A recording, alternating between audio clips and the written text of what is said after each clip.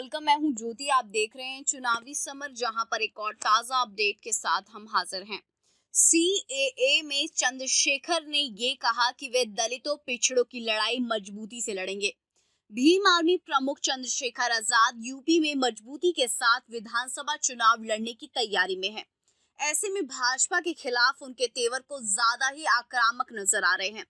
इसी कड़ी में उन्होंने भाजपा को एक बार फिर से कड़ी चेतावनी दी है, जिसकी वजह से भाजपा नेताओं के चेहरे पर घबराहट साफ साफ देखी जा सकती है। जैसे कि हम जानते हैं कि चंद्रशेखर ने अपनी पार्टी बनाने के समय ही भाजपा को ये चैलेंज दे दिया था कि अब जल्द ही यूपी और केंद्र में बहुजनों का राज होने जा रहा है।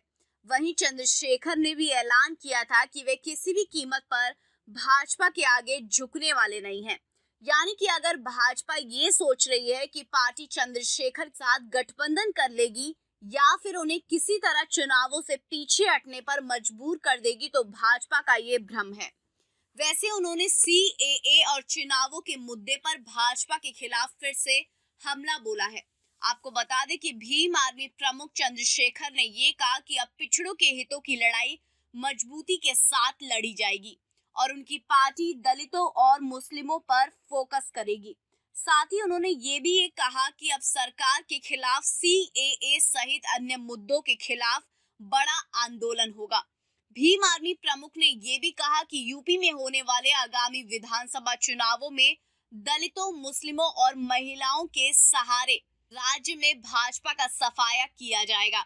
वहीं उन्होंने सीएए, एनआरसी, संत रविदास मंदिर और हाथरस कांड के लिए किए गए संघर्ष को याद करते हुए ये कहा कि वे लंबे अरसे से सामाजिक गठबंधन के तौर पर दलित, पिछड़े व उपेक्षित वर्गों की लड़ाई लड़ रहे थे, लेकिन अब वक्त आ गया है जब संसद और विधानसभा में पहुंचकर जनता विरोधी पार्टियों को मुंह तोड़ जवाब दिया जाए। इस तरह चंद्रशेखर आजाद ने के हौसले और भी ज्यादा मजबूत इरादों से ये साफ साफ झलक रहा है कि वे आगामी चुनावों में भाजपा को धूल चटाने में कोई कसर नहीं छोड़ेंगे।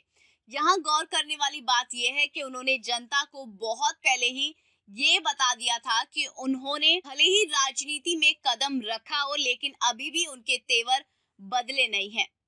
जैसे कि हम जानते हैं कि चंद्रशेखर की वजह से ही भाजपा को संत रविदास मंदिर का निर्माण और हाथरस कांड के मुद्दे पर भाजपा को घुटने टेकने पड़े थे।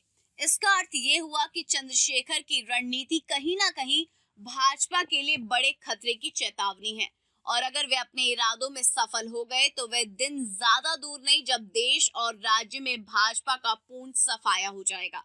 इस पर आपकी जो भी राय आप प्लीज कमेंट सेक्शन में लिखें। Thank you so much. Keep watching today's for more news.